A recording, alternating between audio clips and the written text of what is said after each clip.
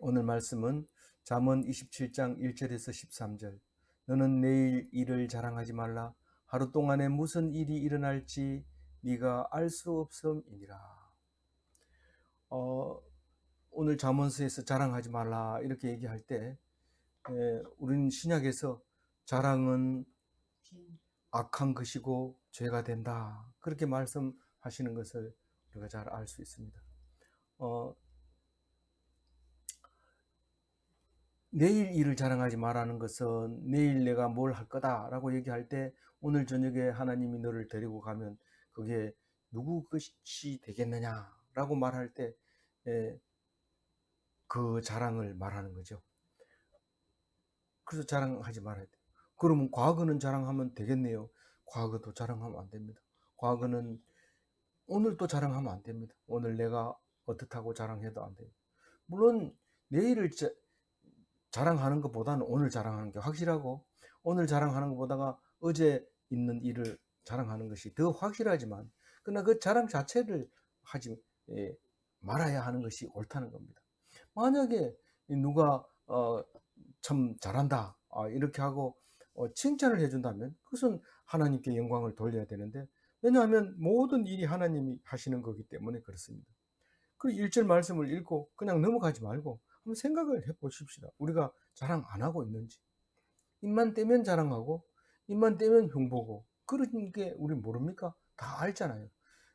성경 아니면 모릅니까? 성경 아니라도 알고 있는데 성경이 우리에게 말씀하실 때 성령께 기도하면서 오늘 주신 말씀으로 말미암아 제가 회개합니다. 그렇게 우리가 기도해야 되고 그렇게 읽어야 되지 잘 안다 이러면서 줄줄줄 외우면서 자랑하고 있는데 내가 잠언 27장 1절을 안다 이러고 줄줄줄 외우는 것이 자랑이죠.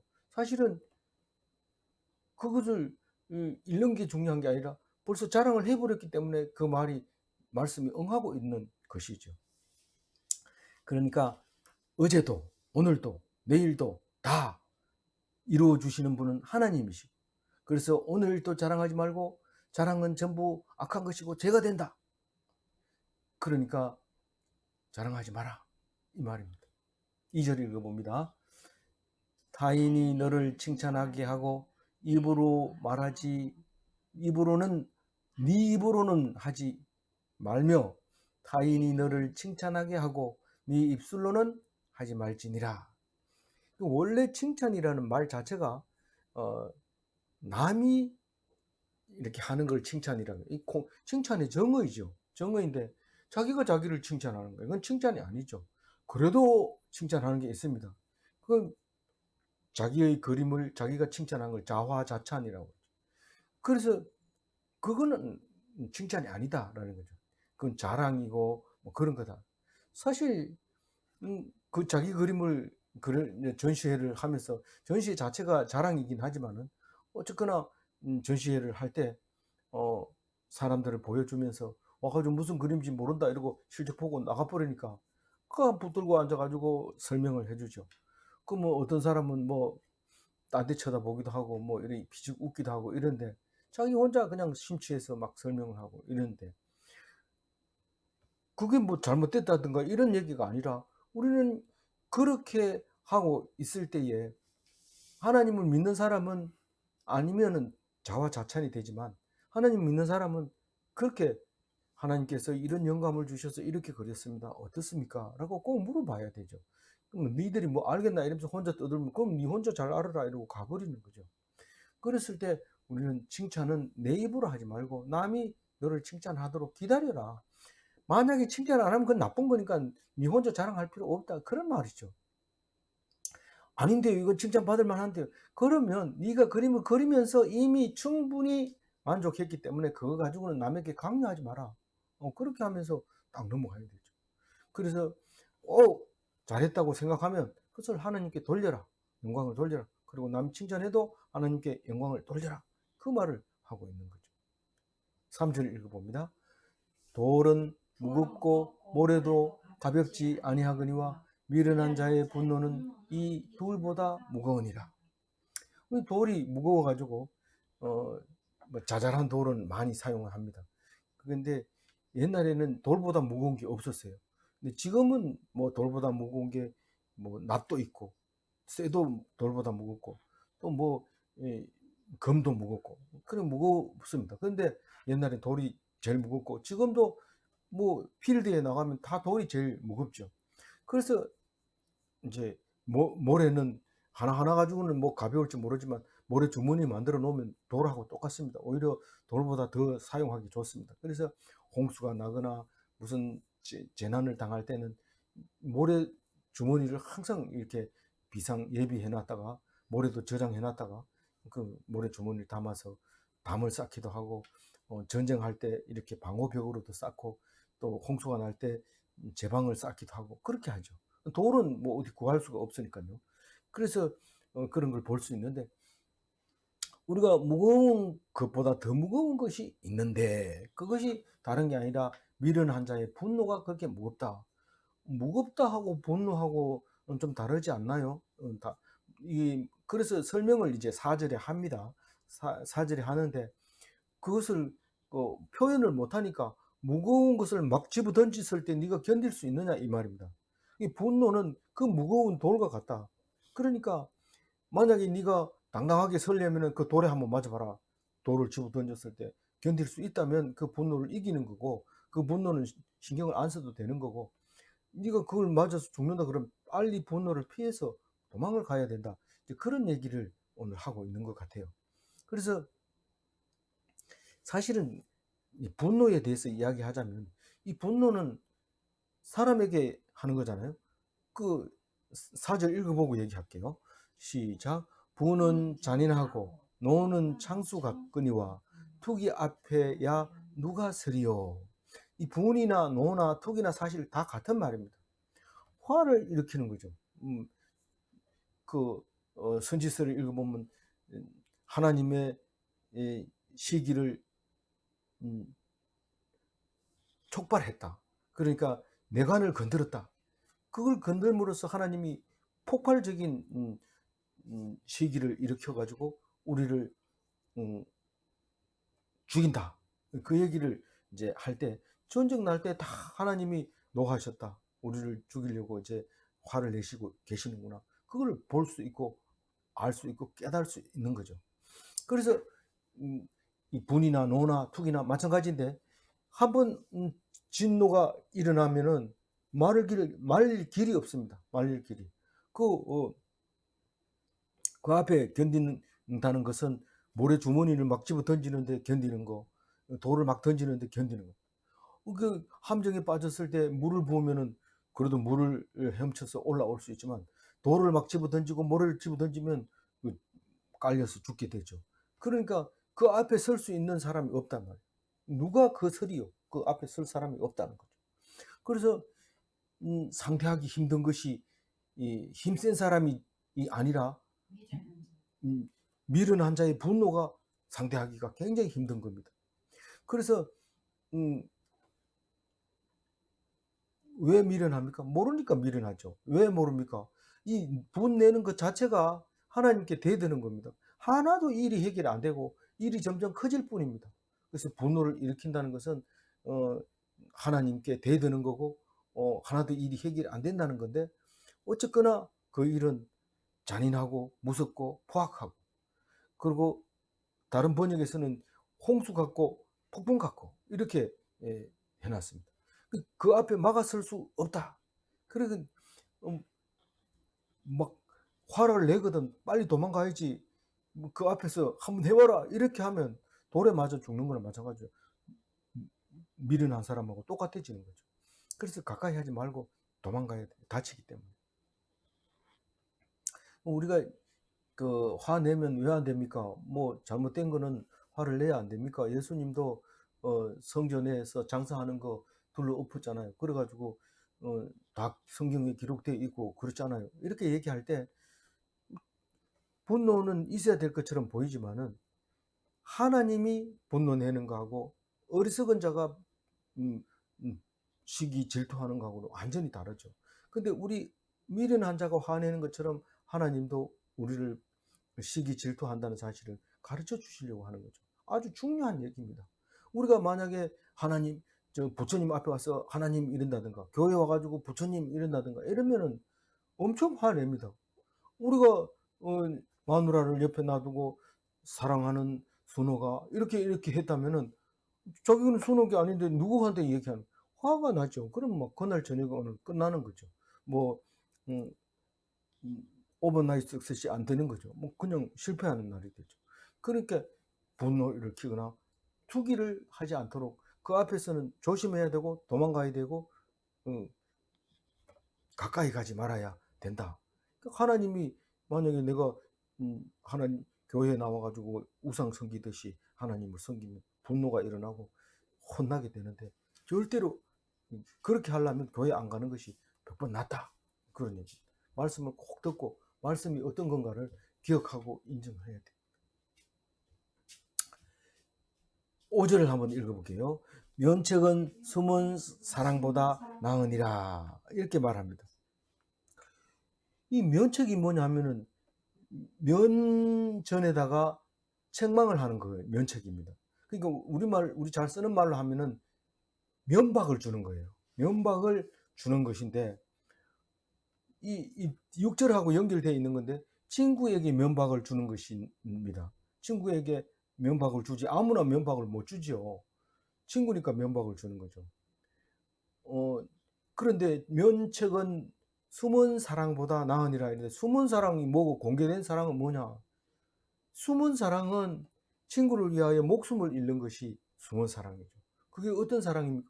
최고의 사랑이죠. 그보다 더 큰 사랑이 없어요.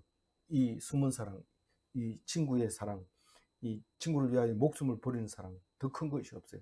그래서 5절을 다시 정리하면, 이게 지금 다른 성경에 저기는 드러내놓고 꾸짖는 것이 숨은 사랑보다 낫다, 이게 이제 다른 번역에는 그렇게 해놨어요.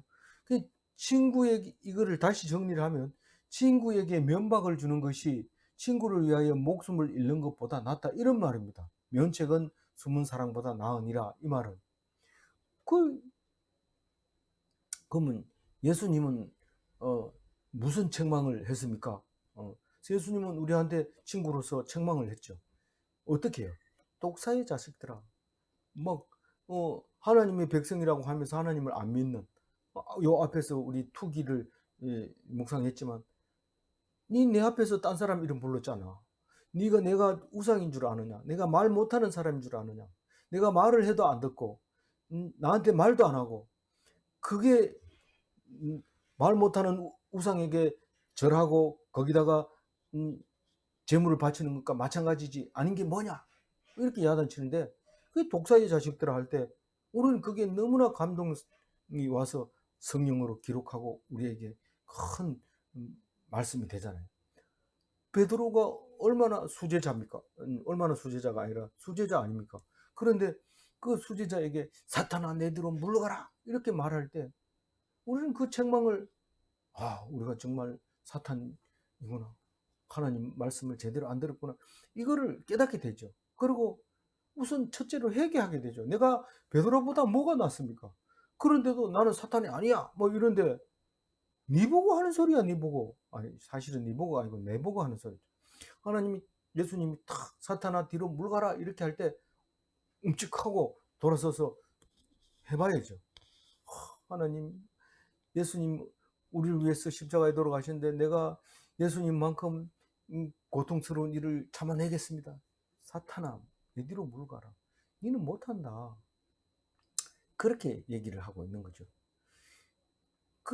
그런데 그거를 6절 또 비슷한 말을 이제 하고 있는데, 같은 거는 아니지만 6절은 다른 거지만 비슷한 말을 합니다. 한번 읽어봅니다.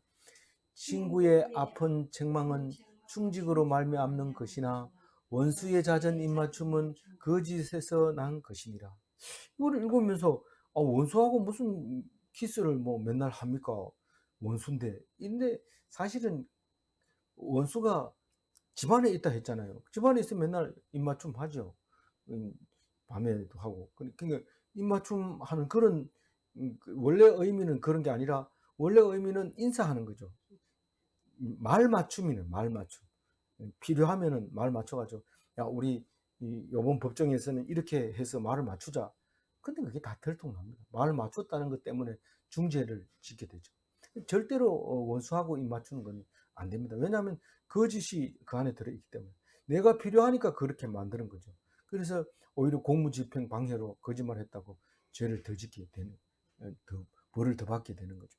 그래서 원수는 그렇다 하더라도 친구가 책망을 하면은 어떤 데 막 가슴이 아프죠. 친구가 그렇게 나를 이렇게 막 혼내주고 이런 거에 대해서 가슴이 아플 수도 있지만, 그것으로 인해서 내가 죄를 더 이상 짓지 않는다고 하면 나중에 그게 기쁜 거예요.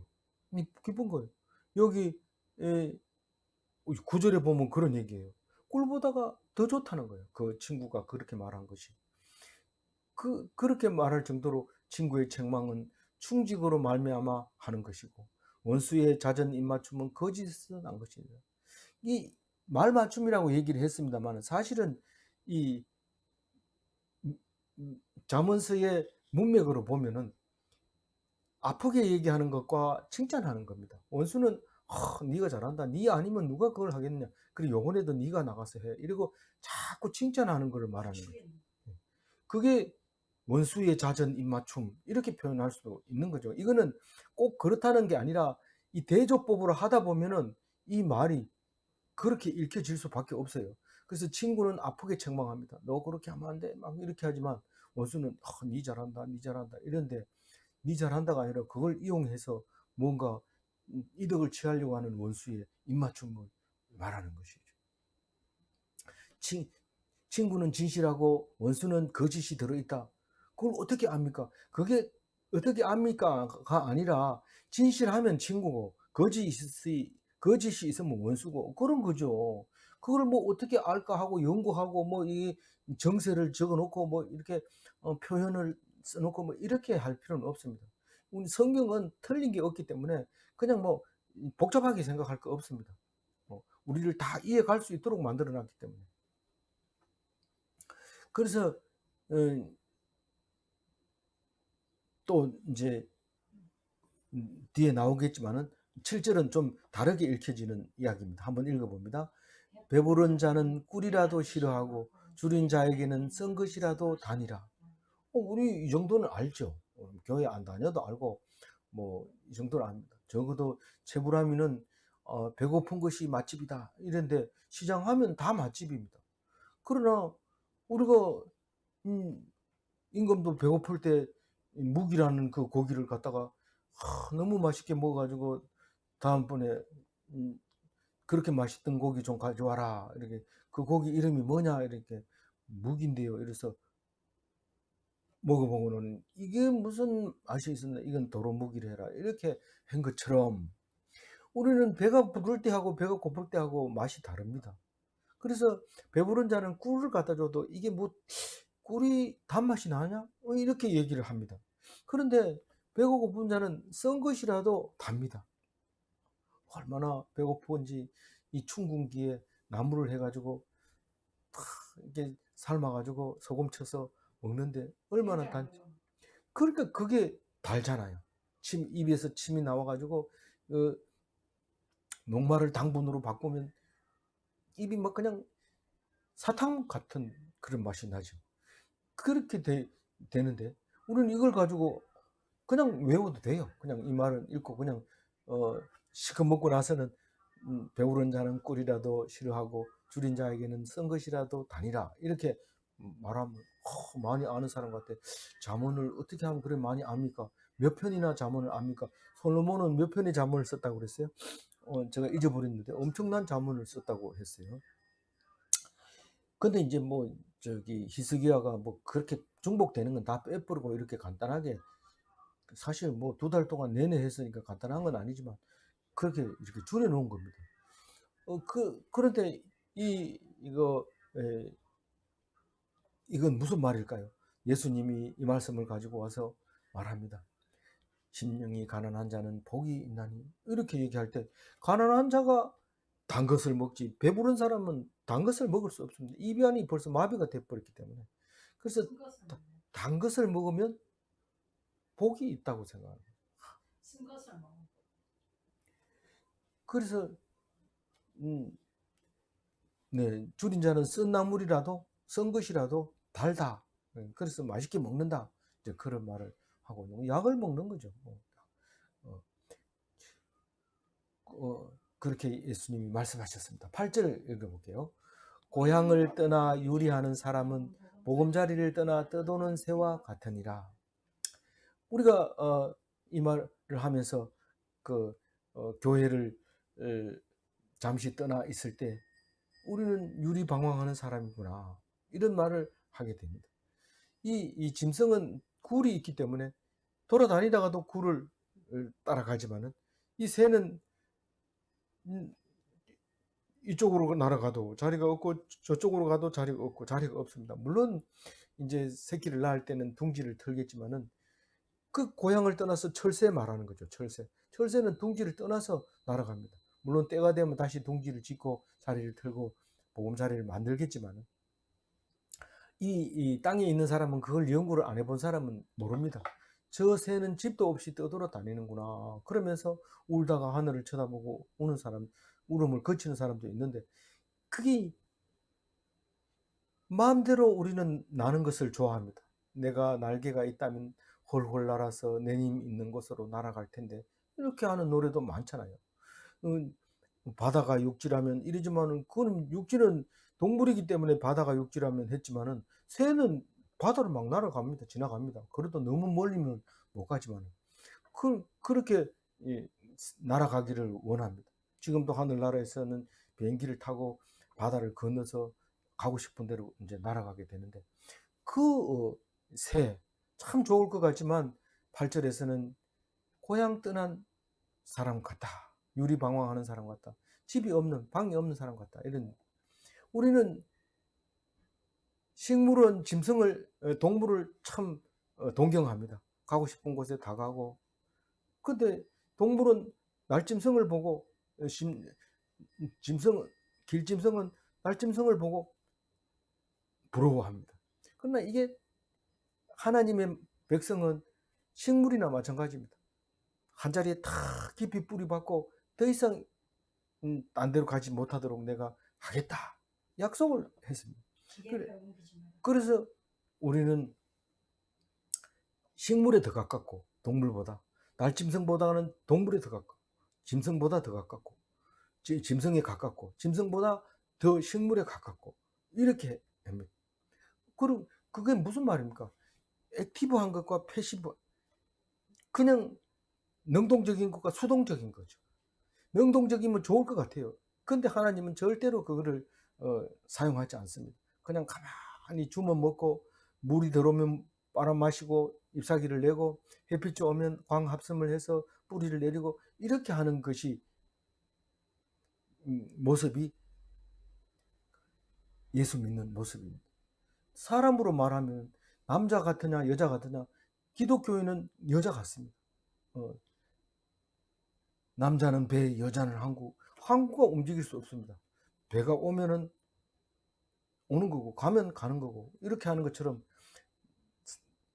여자가 하나님 말씀 꼭 붙잡고 있으면 남자는 돌아다니다가 느지막하게 교회 나오는 수도 있고 안 나와도 할 수 없고 그렇게 하는 거예요. 그게 여성스러운 신앙의 모습이죠. 그래서 교회 가도 여자들이 많습니다. 그게 정상입니다. 다른 말로 얘기하면 능동적으로 하는 것은 하나님이 싫어할 뿐만 아니라 실제로 그런 사람도 적고 그냥 주시는 대로 그냥 은혜로 그냥 기쁨으로 말씀으로 믿음으로 그렇게 사는 것이 기독교인의 모습입니다. 나는 안 할래. 안 하는 건 상관없지만 고향을 떠나 유리하는 사람은 보금자리를 떠나 떠도는 새와 같으니라. 이 철새라고 하면서 사람들이 그런 사람을 잘 믿지 않죠. 믿지 않습니다. 그래서 말씀이 있는 곳이 보금자리입니다. 내가 뭐 영국에 가더라도 교회를 찾아가면 그게 보금자리고 미국에 가더라도 교회를 찾아가면 그게 보금자리입니다. 그래서 유학 가가지고 많이 하나님을 믿고 돌아오는데 돌아오면 또 교회 안 다닙니다. 근데 왜냐하면 거기 가면 고향 사람 만날 수 있죠. 제일 중요한 것은 하나님 말씀이 있는 곳이죠. 그러니까 그게 보금자리죠. 거기서는 잠도 잘 오고 아무 걱정도 없어요. 그래서 우리는 말씀이 있는 곳이 보금자리입니다. 말씀 떠나면 유리방황하는 새와 같습니다. 가끔 하다 가면은 철새입니다. 9절 읽어봅니다. 기름과 향이 사람의 마음을 즐겁게 하나니 친구의 충성된 권고가 이와 같이 아름다우니라. 사람을 즐겁게 하는 것이 이 향수고 유향이고 이제 몰약이고 이런 건데, 그건 옛날에는 침상에다 딱 이렇게 올려놓고 침대에 들어가면 기분도 좋고 잠도 잘 오고 이래서 굉장히 사치품으로 고가에 팔려 나간 것을 알 수 있습니다. 근데 지금도 향수를 비싸게 팝니다. 백화점 1층에 가면 다 향수 냄새가 이렇게 하면서 지나가지 말고 구경 한번 하고 가자 이러고 들어가고 싶어 하면서 1층을 지나서 또 다른 층으로 가고 이렇게 합니다. 그럴 때 이 향은 참 사람을 기분 좋게 만드는데, 마치 친구의 그 책망이, 면책이, 면박이 그렇게 아름답다라고 얘기를 하고 있습니다. 뭐 혹시 이런 사람들이 이걸 읽으면서 이건 좀 이해하기 어렵네, 나 친구가 나보고 뭐 충고하는 거 나 꼴보기 싫은데 이렇게 얘기할지 모릅니다. 그러나 그것은 친구가 아니길 때 그렇습니다. 친구가 아니면은 화가 나죠, 충고하면. 그렇지만 친구라고 생각하고 믿고 그 말을 깊이 받아들일 때는 그건 친구고, 그게 친구의 면박이, 권고가 참 아름답다 하는 것을 알게 되는 것이죠. 네, 10절 한번 읽어볼까요? 내 친구와 내 아비의 친구를 버리지 말며 내 환난 날에 형제의 집에 들어가지 말지어다. 가까운 이웃이 먼 형제보다 나으니라. 오늘 10절을 읽으면 네 사람이 나옵니다. 친구가 나오고 아비의 친구가 나오고 형제가 나오고 이웃이 나옵니다. 그런데 이 네 가지, 보통은 두 가지 얘기 많이 하죠. 두 가지, 이중적으로 대조로 이렇게 하다 보니까 두 가지가 많이 나오는데, 오늘 10절은 유별나게 이제 네 가지가 나오는데, 오늘 이 말씀을 읽으면서 무슨 생각이 나냐면 역대하에도 나오고 열왕기하에도 나오는 르호보암 이야기를 하게 되죠. 르호보암은 왕이 딱 될 때 사람들이 반기를 들고 있을 때 이거 어떻게 했으면 좋겠는가 하고 아버지 친구에게 물어봅니다. 그러니까 잘해줘라 이러는데, 자기 친구한테 물어보니까 네가 잘해주면 이 왕이 아니지, 혼내준다고 그래, 이렇게 해서 친구 말을 듣게 됩니다. 근데 아버지의 친구 말도 듣고 내 친구 말도 둘 다 들을 수는 없습니다. 양쪽 의견이 다르기 때문에. 그러나 무슨 일이 있으면 서로 이제 도와줘야 되죠. 그러나 형제는 찾아가지 않습니다. 이 르호보암의 형제는 성경에 아무 데도 안 나와요. 르호보암의 형제 이름은 찾아보려 해도 못 찾아요. 상당히 많은 형제들이 있었는데 르호보암만 딱 나오고 왕위를 그 사람에게만 물려줍니다. 근데 그렇게 얘기할 때에 이 형제는 무슨 일이 생기면 형제 집에 들어가지 말라는 거예요. 형제한테 의뢰하지 말라는 거예요. 무슨 일이 탁 터지면 형제는 들어가면 안 되는 이유가 뭡니까? 형제는 이유 불문하고 책임을 같이 져야 되기 때문에 그 얘기를 딱 하는 순간 형제들이, 어려운 문제면 형제들이 어려워집니다. 그래서 싫어하죠, 오는 거를. 그것뿐만 아니라 여러 가지 조건이 있습니다. 만약에 내가 사고를 쳤다면은, 사고를 쳐놓고 도망을 형제는 집에 가면은 바로 경찰이 그 집에 들어갑니다. 제일 가까운 집에 가니까요. 그럼 반대로 내가 지금 굉장히 힘들고 어려운 상태가 됐어요. 뭐 병이 들었다는 뜻이죠. 병이 들었는데 형제 집에 딱 가면 형제는 그걸 바로 병원으로 데리고 가죠. 보호를 받아야 되는데, 간호를 받아야 되는데 병원으로 데려갑니다. 그게 형제입니다. 그런데 이웃은 그렇지 않습니다. 이웃은 야, 내가 지금 좀 어려운데 좀 데려다 주면 안 되겠냐? 데려다 주고, 그리고 돈이 필요한데 돈 좀 빌려주면 안 되겠냐? 빌려주고, 그렇게 해서 서로 보완해 줍니다. 그래서 품앗이 하는 거죠. 뭐 그렇게 하는데 이웃이 중요합니다. 그래서 가까이 지내는 이웃이 있다면은 뭐 형제가 멀리 있는 것보다 훨씬 낫죠. 네. 그래서 우리는 이웃 사촌이다 이렇게 얘기하는데, 뭐 너무 이웃하고 사촌 정도로 친해가지고도 안 돼요. 왜냐하면 성질이 다르기 때문에 음, 오해하면 안 되는 거죠. 하여튼 어쨌든 여기서 얘기하는 거는 이웃과 형제와는 어떻게 다르냐? 이웃은 도움은 되지만 냉정한 도움이에요. 근데 형제들은 무거운 짐을 안고 있는 거죠. 그건 어디 가도 끊을 수 없는 끈이 있기 때문에. 그래서 그냥 지켜본다든가 내버려 두는 건 형제가 아닙니다. 그런데 그렇게 안 하기 때문에 거기를 어려울 때 찾지 말라는 거예요. 들어가지 마라. 네가 죽으면 형제들이 장례는 치러주겠지만 이웃은 안 치워줘도 형제들이 치워주겠지만 근데 네가 어려움을 당할 땐 형제들한테 도움을 받기는 그냥 더 힘들어진다. 그러니까 이웃에게 요청해서 네 스스로가 살아남아라. 이런 의미를 가지기도 합니다. 그래서 르호보암도 형제 얘기를 안 하고 있는 것 같아요. 어쨌든 10절 얘기하면서 그런 생각을 하게 되는데 이 네 사람의 구분을 확실하게 지어주는 말씀이다. 그렇게 생각이 되십니다. 11절 읽어봅니다. 내 아들아 지혜를 얻고 내 마음을 기쁘게 하라. 그리하면 나를 비방하는 자에게 내가 대답할 수 있으리라. 이 사실은 지혜가 없는 아들이라도 좀 많이 있으면 기뻐합니다. 그런데 사람이 좀 자식들이 없더라도 지혜 있는 아들이면 뭐 잘 낳은 아들 하나 배아들 안 부럽다 뭐 이런 것도 잘 나온 딸 하나 여자들 안 예, 죄송합니다. 제가 잘못 인용했네요. 하여튼 어쨌든 아들 하나만 있어가지고도 기쁘게 할 수 있는데 그게 지혜를 얻는 것이죠. 지혜를 얻는 아들이 있으면 기쁜데 지혜 없어도 뭐 할 수 있나요? 뭐 안 기뻐도 할 수 없는 거나 마찬가지죠.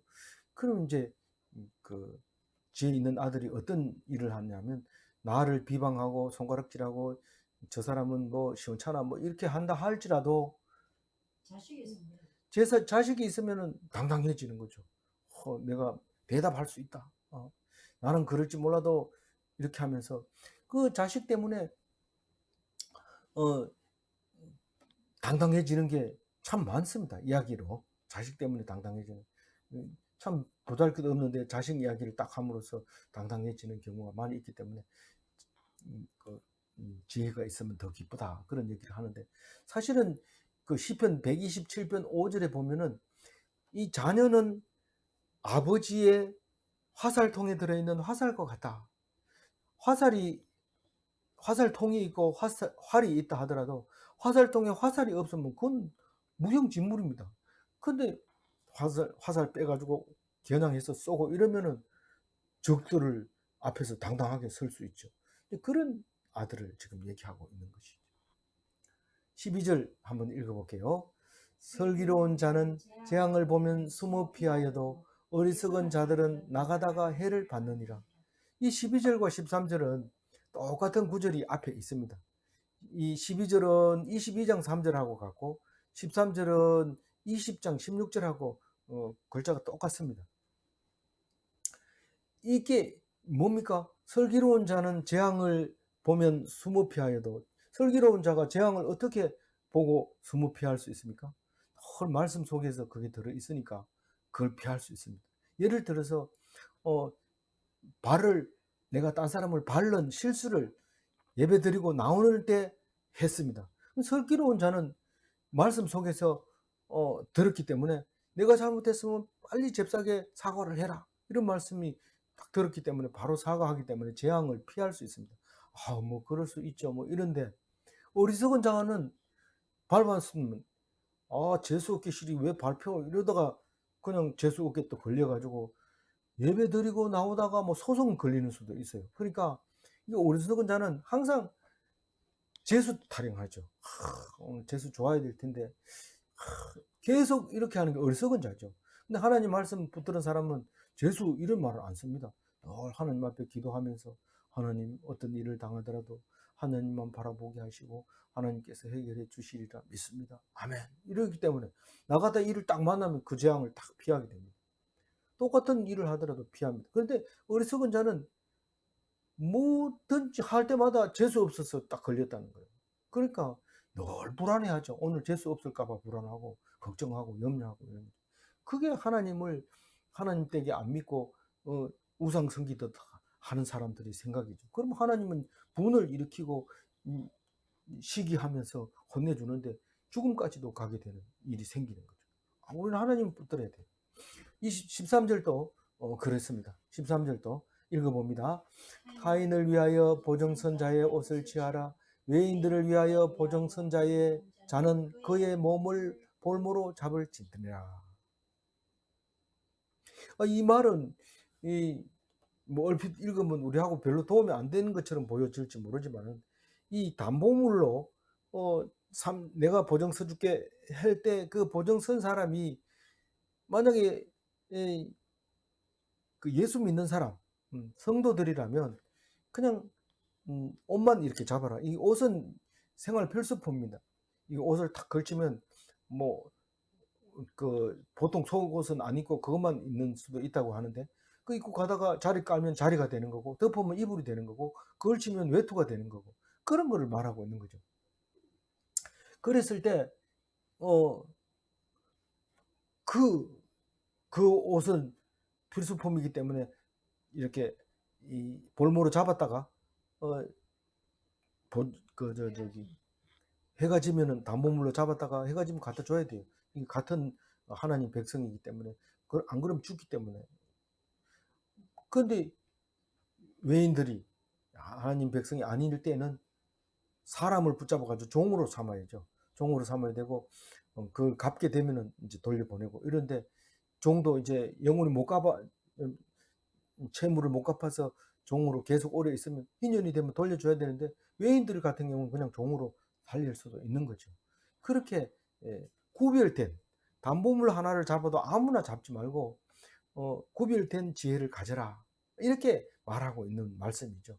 그래서 우리는 이 잠언서를 읽으면서 늘 나하고 관계없는 것처럼 읽어서는 안 되고 나를 말하는 것이다 라고 읽어야 제대로 읽는 것이고 그렇게 읽은 사람은 늘 말씀을 읽을 때마다 회개가 일어납니다.